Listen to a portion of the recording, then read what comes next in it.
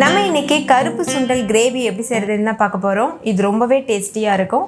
இதை நீங்கள் இட்லி, தோசை, சப்பாத்தி கூடலாம் வச்சு சாப்பிடலாம். ரொம்பவே பக்காவான காம்பினேஷனாக இருக்கும். ரொம்ப ஹெல்த்தியாகவும் இருக்கும். ஸோ கண்டிப்பாக ட்ரை பண்ணி பாருங்கள். ஹாய் ஃப்ரெண்ட்ஸ், வணக்கம். என் பேர் Abhi. Welcome to Indian recipes Tamil. வீடியோக்குள்ளே போகிறதுக்கு முன்னாடி நம்ம சேனல் இந்தியன் ரெசிபீஸ் தமிழை சப்ஸ்கிரைப் பண்ணிக்கோங்க. கூட இருக்க பெல் சிம்பலையும் கிளிக் பண்ணிக்கோங்க.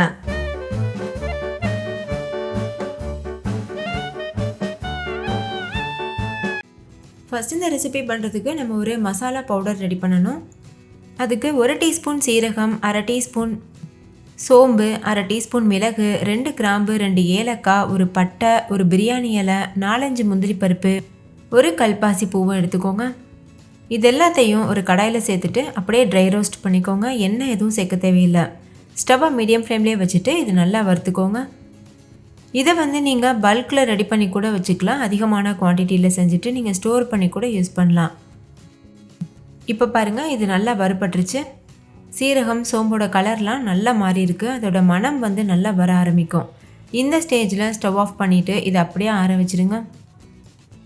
இது நல்லா ஆறினதுக்கப்புறமா ஒரு மிக்ஸி ஜாரில் போட்டுட்டு எந்த அளவுக்கு முடியுமோ அந்தளவுக்கு ஃபைன் பவுடராக பிடிச்சி எடுத்துக்கோங்க. பாருங்கள் இதோட கன்சிஸ்டன்சி எந்த அளவுக்கு இருக்குன்னு.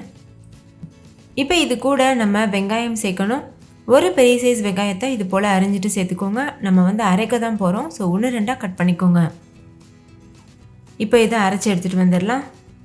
தேவைப்பட்டதுன்னா தண்ணி கொஞ்சமாக சேர்த்து கூட நீங்கள் அரைச்சிக்கலாம். ஸ்டார்டிங்கில் நல்லா அரைச்சிக்கோங்க. அதுக்கப்புறமா தேவையான அளவு தண்ணி சேர்த்துட்டு ஃபைன் பேஸ்ட்டாக அரைச்சி எடுத்துக்கோங்க. பாருங்கள் இதோட கன்சிஸ்டன்சி இந்த மாதிரி இருக்குது. இப்போ இந்த மசாலா ஒரு உரமாக இருக்கட்டும். அடுத்து ஒரு குக்கர் சூடுபடுத்திட்டு 3 டேபிள் ஸ்பூன் எண்ணெய் சேர்த்துக்கோங்க. எண்ணெய் சூடானதும் 1 டீஸ்பூன் சீரகம் சேர்த்துக்கோங்க. சீரகம் நல்லா பொரிஞ்சதுக்கப்புறமா நம்ம அரைச்சி வச்சுருக்க மசாலாவை சேர்த்துருங்க. சேர்த்துட்டு இது நல்லா மிக்ஸ் பண்ணிக்கோங்க. ஸ்டவ்வை லோ ஃப்ளேம்லேயே வச்சுட்டு இதோட பச்சை வாசனை போகிற வரைக்கும் நல்லா வதக்கிக்கோங்க. கொஞ்சமாக உப்பு சேர்த்துட்டு வதக்கிக்கோங்க. அப்போ வெங்காயம் சீக்கிரமாகவே வதங்கிடும். வெங்காயம் பச்சை வாசனை போனதுக்கப்புறமா இது கூட இஞ்சி பூண்டு பேஸ்ட்டு சேர்த்துக்கோங்க. 1 டேபிள் ஸ்பூன் இஞ்சி பூண்டு பேஸ்ட்டு சேர்த்துட்டு இது நல்லா மறுபடிக்கும் வதக்கிக்கோங்க. இஞ்சி பூண்டோட பச்சை வாசனை போகணும். அது வரைக்கும் இதை வதக்கிக்கோங்க. ஸ்டவ் மீடியம் ஃப்ளேம்லேயே இருக்கட்டும். இப்போ பாருங்கள், இஞ்சி பூண்டோட பச்சை வாசனை முழுமையாக போயிடுச்சு. கிரேவியும் நல்ல ஒரு திக்கான கன்சிஸ்டன்சிக்கு இருக்குது. நம்ம சேர்த்துருந்த எண்ணெயெல்லாம் பிரிஞ்சு வந்திருக்கு. இந்த ஸ்டேஜில் இது கூட 1 டேபிள் ஸ்பூன் மிளகாத்தூள், 1/2 டேபிள் ஸ்பூன் மல்லித்தூள், 1/2 டீஸ்பூன் மஞ்சள் தூள் இதெல்லாம் சேர்த்துக்கோங்க. சேர்த்துட்டு ஸ்டவ்வை லோ ஃப்ளேம்லேயே வச்சுட்டு இந்த எண்ணெயிலேயே இதை நல்லா வறுத்துக்கோங்க.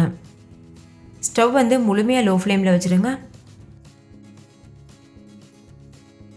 இப்போ பாருங்கள், நம்ம சேர்த்த மசாலாவும் நல்லா வதங்கிருச்சு. அதே மாதிரி எண்ணெயும் நல்லா பிரிஞ்சு வந்திருக்கு. இதோட கன்சிஸ்டன்சி பாருங்கள், நல்ல ஒரு கெட்டியான கிரேவி பக்குவத்துக்கு இருக்குது. இந்த ஸ்டேஜில் 2 தக்காளியை நைஸாக அரைச்சிட்டு இது கூட சேர்த்துக்கோங்க. நம்ம ஒரு பெரிய சைஸ் வெங்காயம் சேர்த்துருந்தோம்ல, அதுக்கு 2 மீடியம் சைஸ் அளவு தக்காளி கரெக்டாக இருக்கும். சேர்த்துட்டு இதையும் நல்லா மிக்ஸ் பண்ணிக்கோங்க.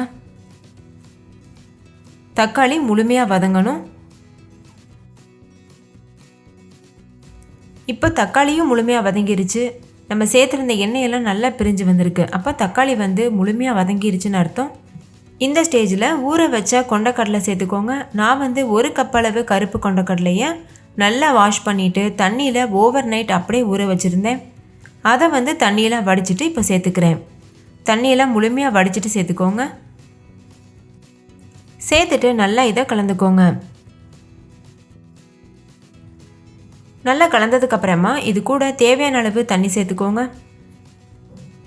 கிரேவியோட கன்சிஸ்டன்சியை அட்ஜஸ்ட் பண்ணுறதுக்காக தான் தண்ணி சேர்க்குறோம். ஸோ உங்களுக்கு எந்த அளவுக்கு கிரேவியோட கன்சிஸ்டன்சி இருக்கணுமோ அது பார்த்துட்டு நீங்கள் தண்ணி சேர்த்துக்கோங்க. கெட்டியாக இருக்கணும்னா ஒரு 1/2 கப் அளவு தண்ணி சேர்த்திங்கன்னா கரெக்டாக இருக்கும். கொஞ்சம் தண்ணியாக குழம்பு மாதிரி இருக்குன்னா ஒரு 2 கப் அளவுக்கு தண்ணி சேர்த்துக்கோங்க. அதுக்கப்புறமா நம்ம பார்த்துட்டு தண்ணி சேர்த்துக்கலாம். இப்போது தேவையான அளவு தண்ணி சேர்த்துட்டு நல்லா கலந்தாச்சு. இந்த ஸ்டேஜில் உப்பு கரெக்டாக இருக்கான்னு பார்த்துட்டு சேர்த்துக்கோங்க. உப்பெல்லாம் சேர்த்து நல்லா மிக்ஸ் பண்ணதுக்கப்புறமா குக்கர் மூடி போட்டு மூடிட்டு ஹை ஃப்ளேமில் வச்சு ஒரு 5 விசில் வரைக்கும் வேக வச்சு எடுத்துக்கோங்க. 5 விசில் வந்ததுக்கப்புறமா ஸ்டவ் ஆஃப் பண்ணிவிட்டு ப்ரெஷர் தானாக ரிலீஸ் ஆகிறது வரைக்கும் வெயிட் பண்ணுங்கள். ப்ரெஷர் தானாக ரிலீஸ் ஆனதுக்கப்புறமா குக்கர் மூடி ஓப்பன் பண்ணி பாருங்கள். நீங்களே பாருங்கள், நல்லா கலர்ஃபுல்லான கமக்கிற கிரேவி சூப்பராக தயாராக இருக்குது. இந்த மாதிரி ஒரு டைம் நீங்கள் கொண்டக்கடலை குழம்பு வச்சிங்கன்னா அதுக்கப்புறம் அடிக்கடி இதே மெத்தடில் ட்ரை பண்ணுவீங்க. அவ்வளோ சுவையாக இருக்கும். ஸோ கண்டிப்பாக ட்ரை பண்ணி பாருங்கள். உங்களுக்கு கொண்டக்கடலை இன்னும் நல்லா சாஃப்டாக இருக்கணும்னா நீங்கள் ஒரு 7-8 விசில் கூட வச்சுக்கலாம். ஸோ இதே மெத்தடில் ட்ரை பண்ணி பாருங்கள். இந்த கிரேவியை நீங்கள் ரைஸ் கூட, அதுக்கப்புறமா சப்பாத்தி பூரி கூடலாம் கூட வச்சு சாப்பிடலாம். ரொம்பவே சூப்பராக இருக்கும். நான் இன்றைக்கி ரைஸ் கூட வச்சு சர்வ் பண்ண போகிறேன். ஓகே ஃப்ரெண்ட்ஸ், இந்த கொண்டக்கடலை கிரேவி உங்களுக்கு ரொம்ப பிடிச்சிருந்தா லைக் பண்ணுங்கள், உங்கள் ஃப்ரெண்ட்ஸ் கூட ஷேர் பண்ணுங்கள். நீங்களும் வீட்டில் செஞ்சு பார்த்துட்டு டேஸ்ட் எப்படி இருந்ததுன்னு கமெண்ட்டில் சொல்லுங்கள். தேங்க்யூ, பாய்.